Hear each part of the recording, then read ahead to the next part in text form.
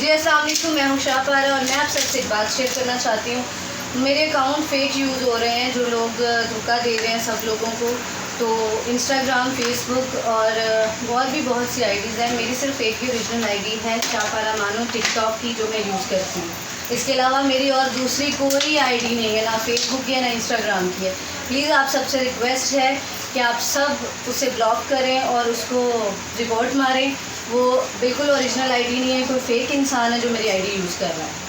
Please आप सबसे request है, मुझे सपोर्ट करें और इनकी बातों में मत आएँ। जो लोग उनकी बातों में आ रहे हैं, उनके धोखों में आ रहे हैं, तो प्लीज़ मत आएँ। जो पैसे मतलब फेसबुक से या इंस्टाग्राम से मैसेज करके पैसे मंगवा रहे हैं, सीट्स की बात कर रहे हैं, कुछ भी कर रहे हैं, ये सब कुछ फेक है। मैं नहीं जानती वो कौन है और क्या कर रहा है। और जिसको भी मैसेज आए या कोई भी रब्ता करे या करने की कोशिश करे, मुझे पूछे बगैर या किसी भी चीज़ के बगैर आप रिपोर्ट मारें और ब्लॉक करें।